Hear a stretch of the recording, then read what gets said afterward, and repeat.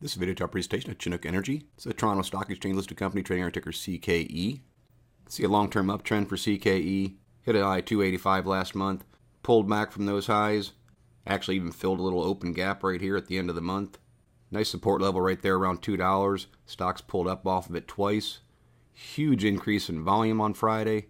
16.7 million shares traded. You can see clearly well above the average, while holding that bottom support right there around 205, and even realistically a stronger support up around 220 with that increase in volume. CKE is going on radar this week to continue the upward push. MACD was of course getting up pretty high with all this buying pressure. Very strong trend. Lost some of that steam, right back down around zero now. But it looks like another bullish cross could be coming. And with that, we'll look for the short-term trend shift, the MACD to pass through the signal line, and for this chart to start to take on a bullish look again, as perhaps a precursor to continuing this upward movement and possibly challenging those old highs. Slow still, falling down low, not a lot of momentum in the play, just recently dropped a bullish cross. We can't really put too much on that at this point because it's still down very low. We want to see it over top of 50 and trending in that area to show overall bullishness, but again, early on sign of some potential upward pressure to come. That spike in volume just shot the money flow index way upward from down very low levels below 20 all the way up to 84. Money flow index can trend at those extreme levels for quite a long period of time. So it's not what's considered an overbought type of thing or anything like that. It simply tells us that a lot of buying pressures come into the play. Relative strength index spun upward a little bit, right now right about 50, indicating that the bulls are trying to take control of momentum. We'll definitely want to see that upward push continue.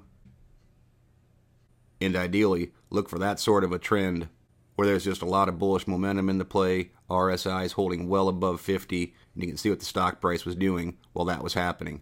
So getting over top of that halfway point and holding there is an important case for the RSI. Now I'll go ahead and mention this support at 205. You can see how that kind of ties in with an old resistance point from a few months ago. Very good to see it continue to hold. That's classic TA. Resistance turns into support once it's broken. But I'd also like to note another very nice support around 220.